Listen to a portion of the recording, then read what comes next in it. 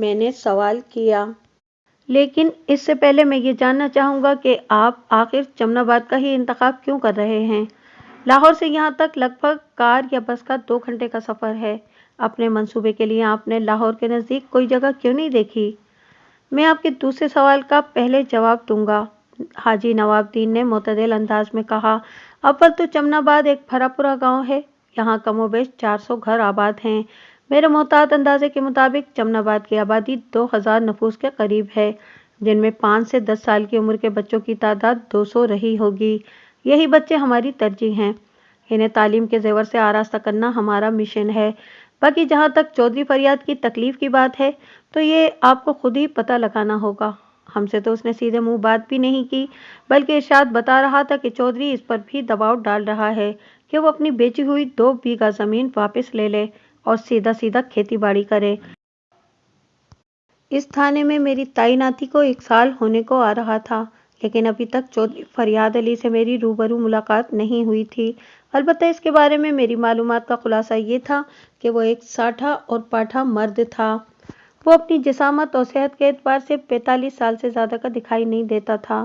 مزاجاً وہ ایک غصہ ور، ضدی، ہر طرح مغرور اور انا پرست انسان تھا۔ چودھری فریاد سے میں خود بات کر لوں گا، میں نے ان بھائیوں کے منصوبے میں دلچسپی کا اظہار کرتے ہوئے پوچھا۔ آپ لوگوں کے ذہن میں کیا ہے؟ کیا آپ کا یہ اسکول سرکار کی نگرانی میں چلے گا؟ تھانے دار صاحب، وہ شاکی نظر سے مجھے دیکھتے ہوئے عجیب سے لہجے میں بولا، اگر حکومت کو بچوں کی تعلیم کا احساس ہوتا تو وہ شہر اور گاؤں کے بچوں کو ایک ہی نگاہ سے دیکھتی۔ شہروں میں تو آپ کو چھوٹے بڑے تعلیمی ادارے دیکھنے کو مل جائیں گے، لیکن گاؤں دیہات کا جو حال ہے وہ آپ کو بھی اچھی طرح معلوم ہے۔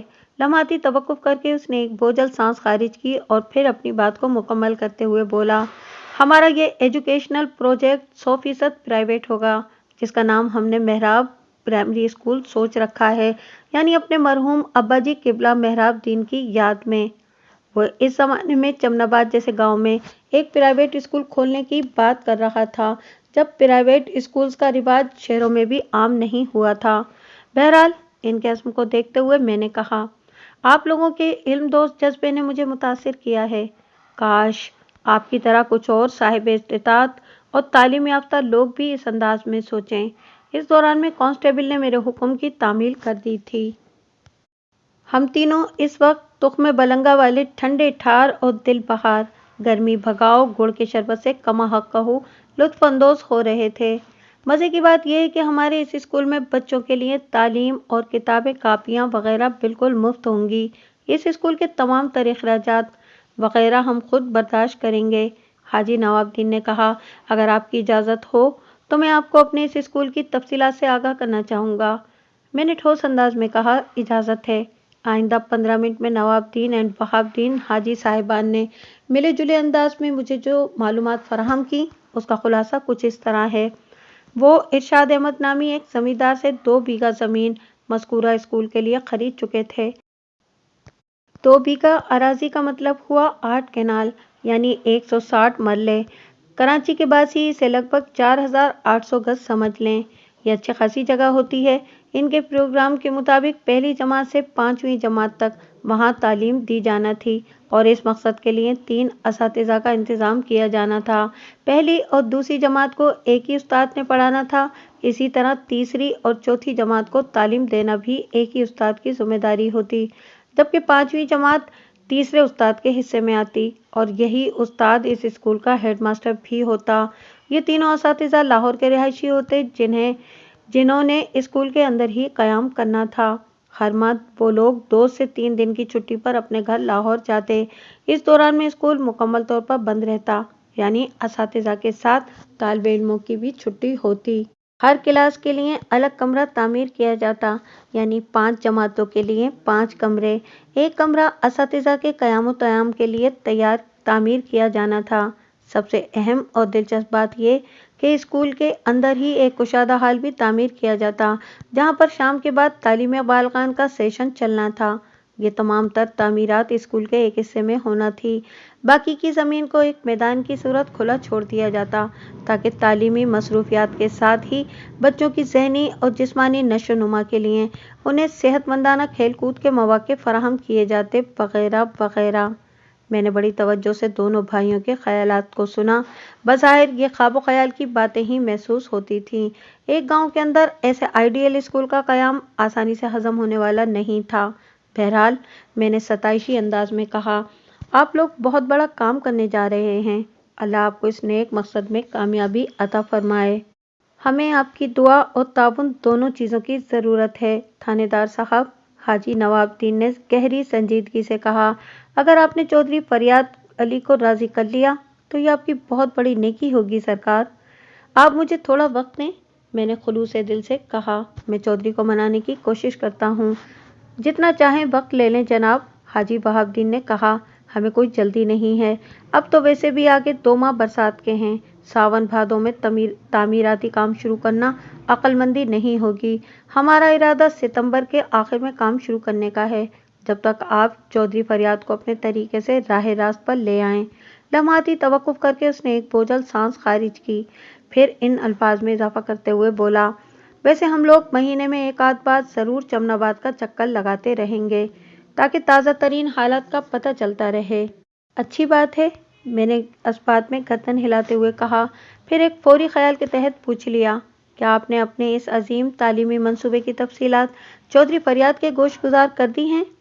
آپ بھی کمال کرتے ہیں تھانے دار صاحب، بڑے حاجی نواب الدین نے استہزائیہ انداز میں کہا۔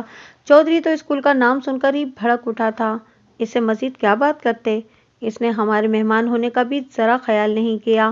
چودھری ایک علم دشمن انسان ہے، اسے آپ ہی ہینڈل کر سکتے ہیں۔ ٹھیک ہے، میں دیکھ لوں گا، میں نے تسلی بھرے انداز میں کہا۔ وہ دونوں میرا شکریہ ادا کر کے رخصت ہو گئے۔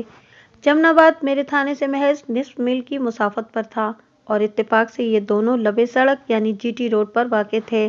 2 روز بعد میں کسی کام سے واپس آ رہا تھا تو جمن آباد سے میرا گزر ہوا۔ اس کے ساتھ ہی چودھری برادران کے آئیڈیل اسکول کا منصوبہ میرے ذہن میں تازہ ہو گیا۔ ایک فوری خیال کے تحت میں نے اپنے گھوڑے کو چودھری فریاد علی کی حویلی کی جانب موڑ لیا۔ وہ سپہر کا وقت تھا، فضا گرم گرم اور ہوا تپش زدہ تھی۔ میں حویلی کے سامنے پہنچ کر گھوڑے سے نیچے اترا اور ایک ملازم صورت شخص سے کہا، میں چودھری صاحب سے ملنے آیا ہوں، انہیں جا کر میرے بارے میں بتا دو۔ وہ بندہ مجھے جانتا تھا، اس لیے نہایت ادب سے بولا، جو حکم تھانے دار صاحب۔ اس وقت میں پولیس یونیفارم میں تھا، لیکن اس ملازم کا مجھے تھانے دار کہنا یہ ثابت کرتا تھا کہ وہ میری حیثیت سے بھی بخوبی واقف ہے۔ بہرحال وہ جلدی لوٹ آیا اور مؤدبانہ انداز میں بولا، تھانے دار صاحب آپ آئیں میرے ساتھ۔ پھر اس نے ایک بندے کو آواز دے کر کہا، سلامو، تھانے دار صاحب کا گھوڑا کہیں چھاؤں میں باندھ دو اور اس کے لیے چارے پانی کا بھی بندوبست کرو۔ سلامو نامی وہ شخص جلدی سے آگے بڑھا اور میرے گھوڑے کی لگام تھام کر اسے حویلی کے سامنے استادہ ایک گھنے درخت کی جانب لے گیا۔ میں چودھری کے ملازم کی معیت میں حویلی کے اندر داخل ہو گیا۔ وہ ایک عالی شان اور وسیع و عریض حویلی تھی۔ ملازم مجھے حویلی کی بیٹھک میں لے آیا اور التماس بھرے لہجے میں بولا، تھانے دار صاحب آپ بیٹھک میں تشریف رکھیں، میں نے چودھری صاحب کو آپ کی آمد کے بارے میں بتا دیا ہے، بس وہ آنے ہی والے ہیں۔ میرا نام خادم حسین ہے جناب۔ بات کے اختتام پر اس نے اپنا تعارف بھی کرا دیا تھا۔ میں نے اس کی طرف دیکھتے ہوئے عام سے لہجے میں کہا، ٹھیک ہے خادم حسین، میں چودھری صاحب کا انتظار کر رہا ہوں۔ میں ایک آرام دہ صوفے پر جم کر بیٹھ گیا اور چودھری فریاد علی کی بیٹھک کا جائزہ لینے لگا۔ وہ نشست گاہ ایک ہال کے سائز کی تھی، جہاں پر بیک وقت 50 افراد بآسانی بیٹھ سکتے تھے۔ بیٹھک کی دیواروں کے ساتھ قیمتی اور دبیز صوفے لگے ہوئے تھے، جن کے آگے منقش چوبی میزیں بھی رکھی ہوئی تھیں۔ بیٹھک کی دیواروں پر خاندان کے مرحومین بزرگوں کی فریم شدہ تصاویر آویزاں تھیں۔ ایک دیوار پر مختلف قسم کی رائفلیں بھی سجائی گئی تھیں، جن میں برانڈڈ شکاری رائفلیں بھی شامل تھیں۔ الغرض بیٹھک میں موجود ہر شے بیش قیمت اور عالی شان تھی۔ وہاں پر ہوا کا گزر بھی بہت عمدہ تھا، ذرا سا بھی گرمی کا احساس نہیں ہو رہا تھا۔ چودھری فریاد کی آمد سے بیشتر میری خاطر مدارات کا سامان وہاں پہنچ گیا تھا۔ خادم حسین کی نگرانی میں ایک ملازم کنگ سائز ٹرے کو اٹھائے بیٹھک میں داخل ہوا، پھر اللہ کی نعمتوں کو میرے سامنے میز پر چن دیا۔ خادم حسین نے مجھ سے مخاطب ہوتے ہوئے کہا، تھانے دار صاحب آپ بسم اللہ کریں، چودھری صاحب بھی آ رہے ہیں۔ خادم حسین اور اس کے ساتھی ملازم کے جانے کے بعد میں نے میز پر سجی اشیائے خوردونوش کا جائزہ لیا۔ ایک کاب میں چوسا آم کی گاشیں،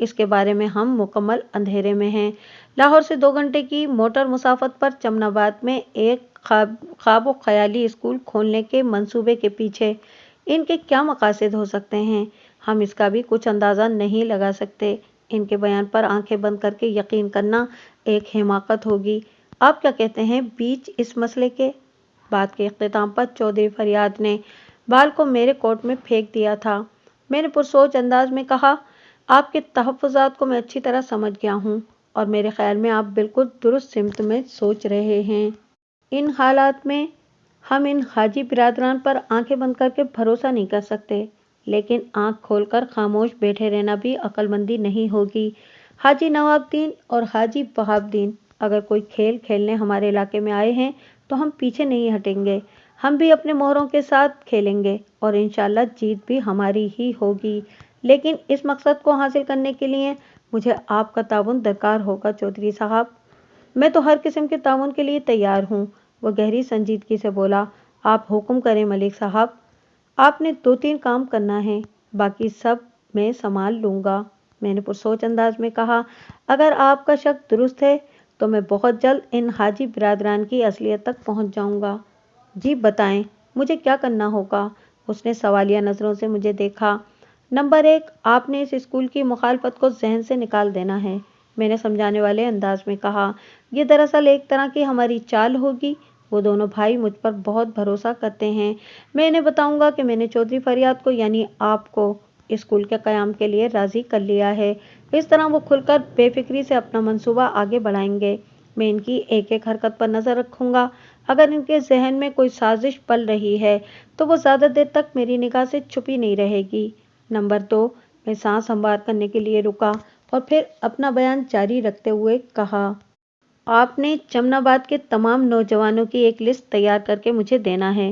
اگر آپ بالکل صحیح سمت میں سوچ رہے ہیں تو وہ لوگ اس گاؤں کے ان نوجوانوں سے ضرور رابطہ کریں گے جنہیں ملک سے باہر جا کر زیادہ دولت کمانے کا شوق ہے۔ نمبر 3، مجھے ایک گاڑی یا موٹر سائیکل کی ضرورت پیش آئے گی کیونکہ میں ان لوگوں کا تعاقب کرانے کا ارادہ رکھتا ہوں۔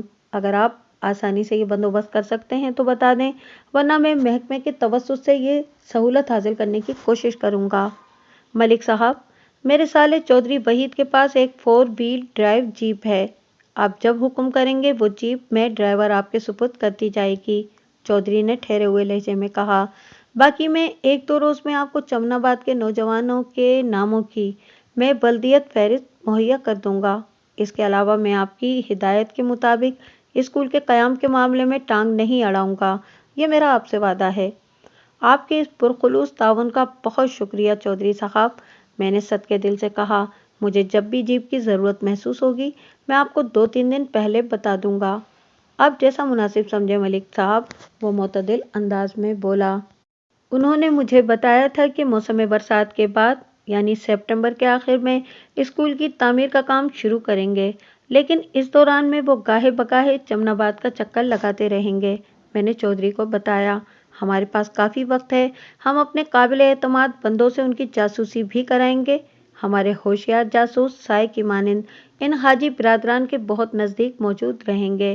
جب وہ دونوں بھائی چمن آباد کے وسنیکوں سے ملاقات کر رہے ہوں گے تو ہمارے متعین کیے ہوئے بندے ان کی باتوں کو توجہ سے سنیں گے اور منوان ہم تک پہنچائیں گے۔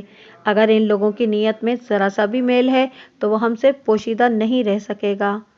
آپ کا منصوبہ مجھے بہت پسند آیا ملک صاحب، چودھری فریاد علی نے توصیفی نظر سے مجھے دیکھتے ہوئے کہا۔ میں آج ہی چمن آباد کے 8-10 ایسے بندوں کو تیار کرتا ہوں جو میرے لیے انتہائی قابل بھروسہ ہونے کے علاوہ ہوشیار اور چالاک بھی ہوں گے۔ ان بندوں کو ہم جاسوسی والے منصوبے میں استعمال کریں گے۔ میں نے چودھری کی تجویز کو سراہا اور دوبارہ ملاقات کا وعدہ کر کے حویلی سے نکل آیا۔ میں اپنے گھوڑے پر سوار ہو کر جب تھانے پہنچا تو مغرب کی اذان ہو رہی تھی۔ رات کو جب میں سونے کے لیے لیٹا تو چودھری فریاد علی کے خدشات میرے ذہن میں گردش کرنے لگے۔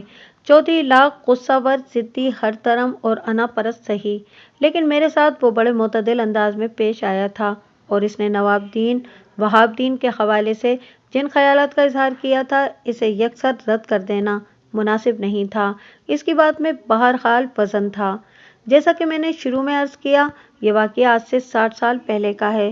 اس زمانے میں جو ریکروٹنگ ایجنٹ لوگوں کو لیبر ویزے پر عرب ممالک یا خلیجی ریاستوں میں روزگار کے لیے لے جاتے تھے، وہ لگ بھگ 1000 امریکی ڈالرز کے برابر رقم لیا کرتے تھے، یعنی کم و بیش 4800 روپے۔ زیادہ حیران یا پریشان ہونے کی ضرورت نہیں، وہ بڑا ہی انسان دوست اور بھلا مانس وقت تھا۔ امریکی ڈالر محض 4 روپے 80 پیسے کا ہوا کرتا تھا، آج یہی ڈالر 160 پر کھڑا روپے کا منہ چڑھا رہا ہے۔ ناقص معاشی، صنعتی اور سیاسی پالیسیاں اور آئے دن کے مارشل لاز نے وطن عزیز کی عزت کو خاک آلود کر دیا ہے۔ ٹھیک ایک ہفتے کے بعد یعنی 22 جولائی کو حاجی برادران دوبارہ مجھ سے ملنے تھانے آ گئے۔ اس مرتبہ بھی وہ اپنی کار پر ہی آئے تھے۔ میں نے خوش دلی سے ان کا استقبال کیا۔ رسمی الیک سلیک کے بعد انہوں نے پیک کی ہوئی ایک ڈبیا میری جانب بڑھا دی اور وہاب الدین نے کہا، تھانے دار صاحب، ہم آپ کے لیے ایک چھوٹا سا تحفہ لے کر آئے ہیں، امید ہے یہ آپ کو بہت پسند آئے گا۔ میں ایک تھانہ انچارج کی حیثیت سے لوگوں سے تحائف لینے سے اجتناب برتتا ہوں، کیونکہ اس عمل کا تاثر عموماً منفی ہی ابھرتا ہے، لیکن میں نے حاجی برادران کے ساتھ چونکہ ایک گیم کھیلنے کا فیصلہ کر لیا تھا، اس لیے میں نے شکریہ کے ساتھ اس پیک ڈبیا کو وصول کرتے ہوئے کہا، جناب آپ کیا لے آئے ہیں میرے لیے؟ نواب الدین نے زیر لب مسکراتے ہوئے کہا، کھول کر خود ہی دیکھ لیں تھانے دار صاحب۔ اچھا، میں نے سرسری انداز میں کہا اور اس ڈبیا کی پیکنگ کھولنے لگا۔ 1 منٹ سے بھی پہلے بقول کسے بلی تھیلے سے باہر آ گئی۔ وہ ایک خوبصورت ریسٹ واچ تھی۔ میں نے حیرت کا اظہار کرتے ہوئے اضطراری لہجے میں کہا، یہ تو بہت ہی دلکش، قیمتی اور حسین گھڑی ہے، اسے آپ ہماری دوستی کی ابتدا سمجھ لیں تھانے دار صاحب۔ وہاب الدین نے اپنائیت بھرے انداز میں کہا، وہ دوستی جو آگے چل کر بہت زیادہ پھلنے پھولنے والی ہے۔ جس طرح تالی ایک ہاتھ سے نہیں بجائی جا سکتی، بالکل ویسے ہی دوستی کا رشتہ بھی یک طرفہ نہیں ہو سکتا، میں نے معنی خیز انداز میں کہا، پھر باری باری دونوں بھائیوں کے چہروں کے تاثرات کا جائزہ لینے کے بعد سرسراتی ہوئی آواز میں اضافہ کیا، آپ لوگوں کے لیے بھی میرے پاس ایک انمول تحفہ ہے۔ وہ کیا؟ وہ بیک زبان بولے۔ بتاتا ہوں، میں نے سرسری انداز میں کہا، پہلے آپ لوگوں کی خاطر تواضع کا بندوبست کر لوں۔ ادھر میری بات ختم ہوئی، ادھر کانسٹیبل بصیر کمرے میں داخل ہوا۔ اس نے میرے نزدیک پہنچ کر مجھے سلیوٹ کیا، پھر ایک طے شدہ کاغذ میری جانب بڑھا دیا۔ میں نے اس کاغذ کو کھول کر پڑھا۔ اس پر لکھا تھا، سلور کلر کی فورڈ کار، نمبر SLT 74۔ میں نے مذکورہ کاغذ کو اپنی میز کی دراز میں ڈالنے کے بعد کانسٹیبل سے کہا، ٹھیک ہے، ابھی میں مہمانوں کے ساتھ مصروف ہوں، تمہارے مسئلے پر بعد میں بات کریں گے۔ میں نے دراصل کانسٹیبل بصیر کی ڈیوٹی لگا رکھی تھی کہ یہ لاہور والے حاجی برادران جب بھی دوبارہ مجھ سے ملنے آئے تو اس نے ان کی کار کا نمبر اور رنگ وغیرہ نوٹ کرنا ہے۔ ابھی بصیر نے اپنی وہی ڈیوٹی پوری کی تھی۔ وہ اوکے سر کہہ کر واپس جانے لگا تو میں نے اسے مہمانوں کی خاطر و مدارات کے سلسلے میں ضروری ہدایات دے دیں۔ اس نے ایک مرتبہ پھر اوکے سر کہا اور کمرے سے نکل گیا۔ کانسٹیبل کے جانے کے بعد حاجی وہاب الدین نے پورے اشتیاق لہجے میں مجھ سے پوچھا، تھانے دار صاحب، آپ ہمیں کون سا انمول تحفہ دینے والے ہیں؟ وہ تحفہ در حقیقت ایک خوشخبری ہے، میں نے ڈرامائی انداز میں کہا۔ حاجی نواب الدین پوچھے بنا نہ رہ سکا، کیسی خوشخبری جناب؟ میں نے سنسنی خیز انداز میں جواب دیا، چودھری فریاد علی کو راضی کر لیا ہے۔ یہ تو واقعی بہت بڑی خوشخبری ہے تھانے دار صاحب، نواب الدین نے دبے دبے جوش کے ساتھ کہا، مجھے یقین تھا کہ آپ یہ کام کر دکھائیں گے۔ اس کا مطلب ہے؟ وہاب الدین نے تصدیق طلب نظر سے مجھے دیکھا، اب چودھری فریاد ہمارے اسکول کی تعمیر کے راستے میں کوئی بھی رکاوٹ کھڑی نہیں کرے گا۔ بالکل میرا یہی مطلب ہے، میں نے ٹھوس انداز میں جواب دیا، آپ چاہیں تو آج ہی سے تعمیر کا کام شروع کر سکتے ہیں۔ میری اس NOC بھری بات کے جواب میں دونوں بھائیوں نے سوالیہ نظروں سے ایک دوسرے کو دیکھا، نگاہوں ہی نگاہوں میں انہوں نے خیالات کا تبادلہ خیال کیا۔ پھر حاجی نواب الدین مجھ سے مخاطب ہوتے ہوئے بولا، تھانے دار صاحب، آج ہی سے کام شروع کرنا تو ممکن نہیں ہے، ہم 1 ہفتے کے بعد دوبارہ آئیں گے اور اپنے ساتھ راج مستری اور مزدور وغیرہ بھی لے آئیں گے، اینٹیں اور دوسرا تعمیراتی سامان نزدیکی بھٹے سے خرید لیں گے۔ ابتدائی طور پر ہم اسکول کی چوہدری بنا دیتے ہیں اور ایک گیٹ بھی لگا دیتے ہیں تاکہ یہ واضح ہو جائے کہ اس گاؤں میں کس جگہ پر مہراب الدین پرائمری اسکول تعمیر کیا جانے والا ہے۔ اسکول کی باقاعدہ تعمیر موسم برسات کے بعد کی جائے گی، جیسا کہ ہم نے پچھلی ملاقات میں آپ کو بتایا تھا۔ جیسے آپ کو آسانی ہو حاجی صاحب، میں نے کہا۔ میری طرف سے تو آپ کو گرین سگنل ہے۔ کام شروع کرتے ہی اس بات کا بھی اندازہ ہو جائے گا کہ چودھری فریاد کا کیا موڈ ہے، حاجی وہاب الدین نے فلسفیانہ انداز میں کہا۔ چودھری کے معاملے کو آپ لوگ مجھ پر چھوڑ دیں، میں نے تسلی آمیز لہجے میں کہا۔ وہ میری مرضی کے بغیر سانس بھی نہیں لے سکتا۔ آخر آپ نے چودھری پر ایسا کون سا طلسم پھونک دیا ہے کہ وہ ایک زہریلے ناک سے حقیر کیچوا بن گیا ہے؟ حاجی نواب الدین نے ٹٹولنے والی نظر سے مجھے دیکھتے ہوئے پوچھا۔ ہر انسان کی کوئی نہ کوئی کمزوری ہوتی ہے، میں نے تھوڑا آگے جھک کر رازدارانہ انداز میں کہا۔ بس یوں سمجھ لیں کہ چودھری فریاد علی کا ایک راز میرے ہاتھ لگ گیا ہے۔ اگر وہ معاملہ چمن آباد کے لوگوں کے سامنے آ جائے تو چودھری کی عزت دو کوڑی کی بھی نہیں رہے گی۔ میں نے اسی ایشو کو سامنے رکھ کر چودھری سے مذاکرات کیے تھے، لہٰذا اسے ہتھیار پھینکنا پڑے۔ علاوہ ازیں لمحاتی توقف کر کے میں نے ایک گہری سانس خارج کی، پھر اپنی کرسی سے ٹیک لگانے کے بعد ان الفاظ میں اضافہ کر دیا۔ میں نے چودھری کو راہ راست پر لانے کے لیے ایک جھوٹ بھی بولا ہے، اور وہ یہ کہ میں نے آپ لوگوں کے پاس اسکول کی منظوری کے سرکاری کاغذات بھی دیکھے ہیں۔ جب گورنمنٹ نے آپ کو چمن آباد گاؤں میں ایک پرائمری اسکول کھولنے کی اجازت دے دی ہے تو پھر چودھری کی مخالفت کی کوئی حیثیت نہیں رہتی۔ اگر آپ لوگ کورٹ میں چلے گئے تو چودھری کو گھٹنے ٹیکنے پڑ جائیں گے، لہٰذا عافیت اور عزت اسی میں ہے کہ چمن آباد میں اسکول بننے دیا جائے۔ میری بات چودھری کے دماغ میں ٹھیک سے بیٹھ گئی اور وہ بادل ناخواستہ راضی ہو گیا۔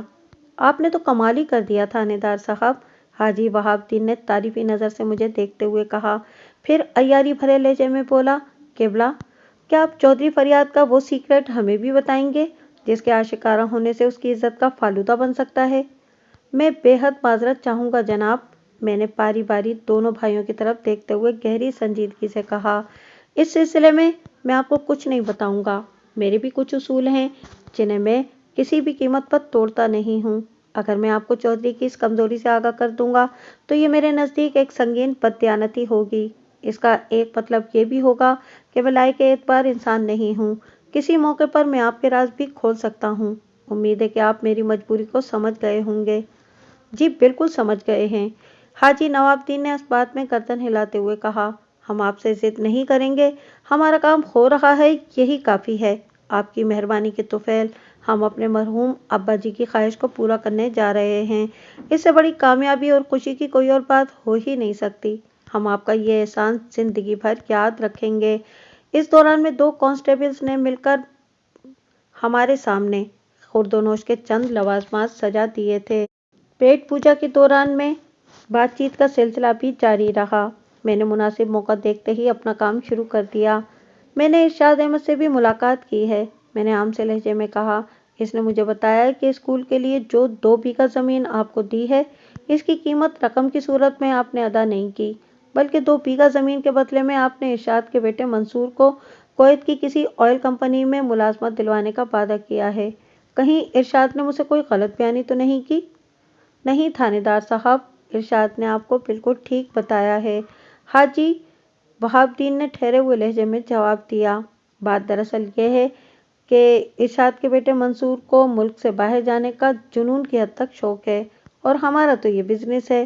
اوہ، میں نے قطع کلامی کرتے ہوئے پوچھا، تو کیا آپ ادھر لاہور میں ریکروٹنگ کا کاروبار کرتے ہیں؟ یہ بھی کرتے ہیں تھانے دار صاحب، حاجی نواب الدین نے معتدل انداز میں کہا۔ دراصل ہم نے لاہور کے ریگل چوک میں حاجی برادرز کے نام سے ایک ایجنسی کھول رکھی ہے۔ ہمارا بنیادی کام حج اور عمرے کے لیے جانے والے افراد کے ویزا، ٹکٹ، مکہ اور مدینہ میں قیام اور دیگر سفری ضروریات کا بندوبست کرنا ہے۔ اس کے ساتھ ہی ہم سعودیہ، کویت، عراق، مسقط، ترکی اور خلیجی ریاستوں میں کام کرنے کے لیے لوگوں کی مدد بھی کرتے ہیں۔ لیبر ویزا، ملازمت، ٹکٹ اور دیگر اخراجات سب ہمارے ذمے ہوتے ہیں، جس کے لیے ہم اپنے کلائنٹ سے 5,000 روپے وصول کرتے ہیں۔ وہ سانس ہموار کرنے کے لیے تھما، پھر اپنی بات مکمل کرتے ہوئے بولا۔ ارشاد احمد نے جب ہم سے پوچھا کہ لاہور میں ہمارا کیا شغل ہے تو ہم نے اسے صاف صاف اپنے بزنس کے بارے میں بتا دیا۔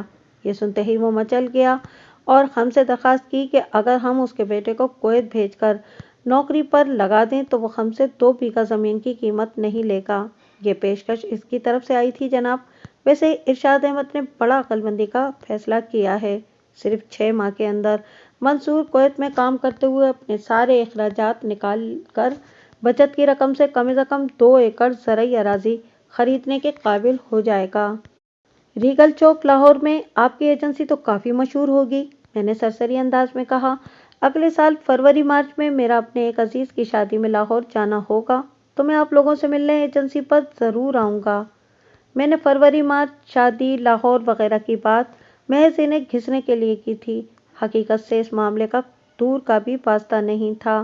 حاجی وہاب الدین نے جوش بھرے انداز میں کہا، یہ تو ہماری خوش قسمتی ہوگی تھانے دار صاحب، بس ایک بات کا خیال رہے کہ ہفتے کے دن ہم اپنی ایجنسی بند رکھتے ہیں۔ آپ نے دیکھا ہوگا ہم پہلے بھی ہفتے کے روز ہی آپ کے پاس آئے تھے اور آج بھی ہفتہ ہی ہے، بس یہی ایک دن ہمیں ملتا ہے ادھر ادھر جانے کے لیے، ورنہ ایجنسی پر ہی مصروف رہتے ہیں۔ ابھی تو میرے عزیز کی شادی میں 7-8 ماہ پڑے ہیں، میں نے سرسری انداز میں کہا۔ مجھے بالکل اندازہ نہیں کہ وہ شادی کس دن پڑے گی۔ آپ کو فکر مند ہونے کی ضرورت نہیں جناب، حاجی نواب الدین نے اپنائیت بھرے انداز میں کہا۔ میں آپ کو اپنے گھر کا ایڈریس بھی لکھ کر دے دیتا ہوں، اگر کوئی اونچ نیچ بھی ہو گئی تو آپ سیدھے ہمارے غریب خانے محراب لاج پر بھی تشریف لا سکتے ہیں۔ اس کے بعد نواب الدین نے ایک کاغذ پر مجھے اپنے گھر کا ایڈریس لکھ کر دے دیا۔ محراب لاج اس ایڈریس کے مطابق لاہور کے ایک علاقے کرشن نگر میں واقع تھا۔ یہ اندرون لاہور کا ایک پرانا اور گنجان آباد محلہ ہے۔ آئندہ روز 23 جولائی اتوار کا دن تھا۔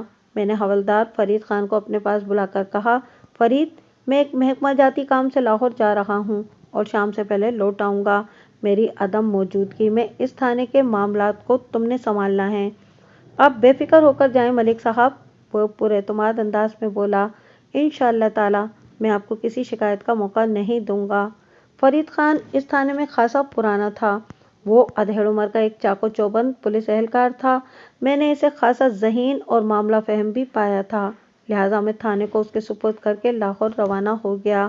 اس زمانے میں ہفتہ وار تعطیل اتوار کی ہوا کرتی تھی، مگر خواجی برادران نے مجھے بتایا تھا کہ وہ ہفتے کے دن اپنی ایجنسی بند رکھتے ہیں۔ یہ بات مجھے ہضم نہیں ہوئی تھی، تاہم اس حوالے سے میں نے ان سے جرح نہیں کی تھی۔ اگر انہوں نے مجھ سے غلط بیانی نہیں کی تھی تو آج بروز اتوار ان کی ایجنسی حاجی برادرز لازمی کھلی ہوئی ہونا چاہیے تھی۔ میرا ان کی ایجنسی پر جانے کا کوئی ارادہ نہیں تھا، میں نے تو محض ان کے بیان کی تصدیق کے لیے لاہور کا رخ کیا تھا تاکہ ان کی اصلیت مجھ پر واضح ہو سکے۔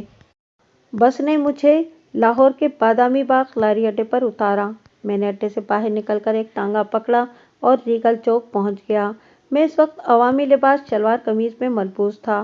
یونیفارم پہننا میں نے مناسب نہیں سمجھا تھا کیونکہ پولیس والے کو دیکھ کر عموماً لوگ بدک جاتے ہیں، چنانچہ ان کی زبان سے اپنی مرضی کی معلومات نکلوانا قدرے دشوار ہو جاتا ہے۔ ریگل چوک بہت پر رونق اور صاف ستھری جگہ ہے، لیکن اتوار ہونے کی وجہ سے مارکیٹ کی ساری دکانیں تو بند تھیں، البتہ چھوٹے ہوٹلز، پھل فروٹ کی دکانیں اور دیگر فٹ پاتھی کاروبار رواں دواں تھا۔